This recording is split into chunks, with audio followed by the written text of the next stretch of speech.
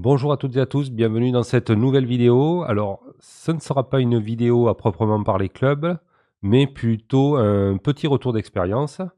Vous vous souvenez, dans la dernière vidéo, on parlait de stratégie de sauvegarde de ces données et de ces photos, et on parlait aussi du NAS. Eh bien, figurez-vous que quelques jours après la parution de la vidéo, euh, une petite LED rouge, qui n'est jamais très bon signe, est apparue sur mon NAS, me signalant qu'un disque était défectueux. Et donc, je vais vous raconter tout ce qui s'est passé, et comment j'ai récupéré toutes les données qui étaient sur le NAS. Et donc, je peux confirmer par l'expérience que c'est une bonne stratégie pour sauvegarder ces photos et ne pas perdre de données. Voilà, alors c'est parti, tout de suite un petit, montage, explicatif avec, ce qui s'est passé. Allez, c'est parti. Alors nous voilà devant, l'objet en question qui est un Western Digital MyCloud EX4100, qui est, en cours de démarrage là actuellement. C'est un NAS qui a, à peu près, 7 ou 8 ans et voilà, il a fini de démarrer et on voit donc les 3 LED bleus qui clignotent normalement et une rouge. Donc c'était la première fois que je voyais ça. Et donc, bon, le rouge n'étant jamais un très bon signe, on se dit qu'il y a un problème. Donc j'ai en premier lieu regardé l'affichage et je vois donc qu'il me dit volume 1 degraded C dashboard. Je vois que j'ai toujours mes 8 terabits, presque 9 de libre. Il me dit même que les drives sont healthy. Bon, voilà, bizarre. Quoi qu'il en soit, je ne m'inquiète pas plus que ça, puisque je sais que c'est quand même le principe du NAS, c'est qu'on va pouvoir euh, s'en sortir et ne pas perdre de données. Alors, malgré tout, j'ai quand même été voir sur l'ordi. Et sur l'ordi, malgré un disque défaillant sur les 4, on va voir ici que dans le réseau, puisque mon NAS est sur le réseau, j'ai encore accès aux fichiers. Donc je vous ai expliqué dans la vidéo précédente qu'il y avait un système de redondance et que même si un des disques était HS, il y avait une possibilité, le NAS ne perd pas de fichiers et reconstruit tout à partir des données sur les 3 autres. Donc là, par exemple, on voit que j'ai encore toutes mes données qui sont disponibles.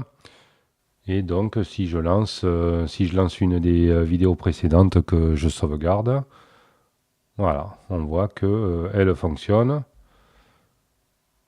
Alors, je ne sais pas si vous avez le son, mais en tout cas, tout est fonctionnel.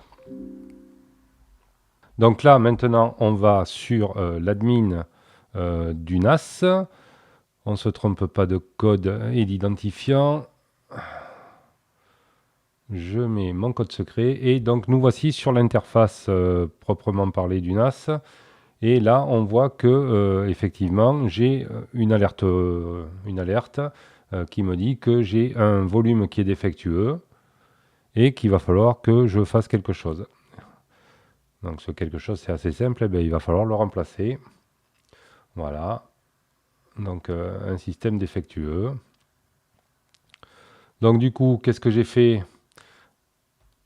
J'ai été sur le NAS, je l'ai éteint, même si on peut changer les disques à chaud, c'est-à-dire pendant qu'ils fonctionnent. Bon, je me suis dit que c'était mieux de l'éteindre. Donc une fois éteint, vous avez bien sûr repéré l'emplacement à changer. On l'ouvre très simplement et le disque s'éjecte. Donc vous le sortez.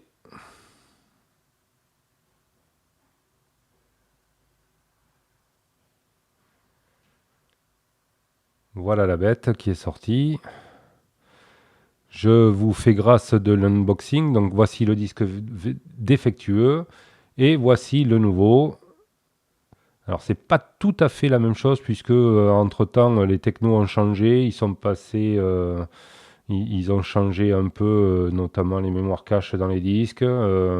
Donc voilà, on voit que là c'est un Western Digital Red Plus et l'ancien c'était un Red tout court. Et il y a quelques changements au niveau de la dénomination, mais ils sont bien entendu absolument compatibles. Et donc ensuite, vous le réinsérez dans l'espace en respectant bien sûr le même sens d'introduction. Tout simplement. Hop, on ferme et du coup, on rallume la bête.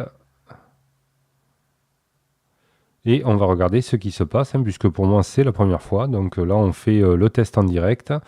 Donc une bleue, une autre bleue. Voilà. Et là, j'ai eu une toute petite surprise. Elle est bleue pour l'instant. Mais à terme, elle va passer rouge. Et donc, je me suis un tout petit peu inquiété, mais pas très longtemps. Puisque voilà, on voit que au bout de quelques secondes, minutes, il vous indique qu'il est en train de reconstruire le volume 1, donc le volume qui était HS. Et si on passe sur l'ordi, ben on voit effectivement, et on voit donc que sur l'interface, on a le volume RAID qui est en train, le volume 1 qui est en train de se restaurer. Restauration en cours. Et je peux même vous dire qu'il y en a pour 400... Il y en a pour 460 minutes, en gros, pour récupérer 4 téraoctets de données. Voilà ce que je peux dire pour l'instant. Voilà. Et une dernière chose que je vous montre, c'est que pendant la restauration, malgré tout, les données restent accessibles, encore une fois.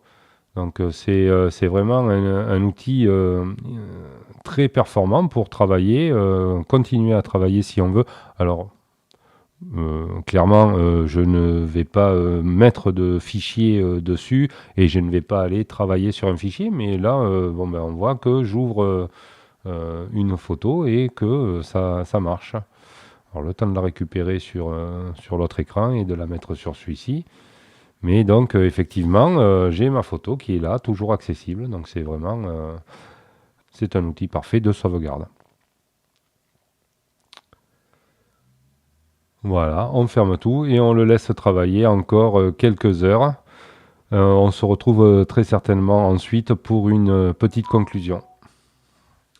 Bien voilà, tout s'est bien passé. Je n'ai pas filmé le reste, mais je peux vous confirmer que toutes les données ont bien été restaurées sur le disque qui était HS. Vous avez vu que on n'avait pas perdu aucune donnée pendant la restauration, qu'on pouvait continuer à utiliser, en tout cas à aller voir les fichiers disponibles sur le NAS. Donc en fait, ben, rien n'a changé, hein, tout fonctionne correctement.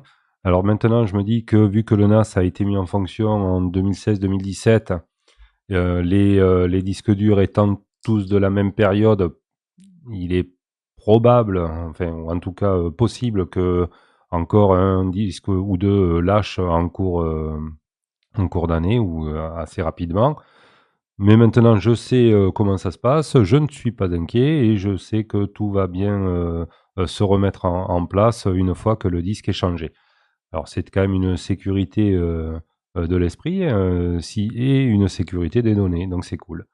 Voilà, un petit retour d'expérience. Et ben, j'espère que vous aurez apprécié cette vidéo, que vous avez peut-être même appris quelque chose ou vous êtes peut-être rassuré quant à l'utilisation de votre NAS.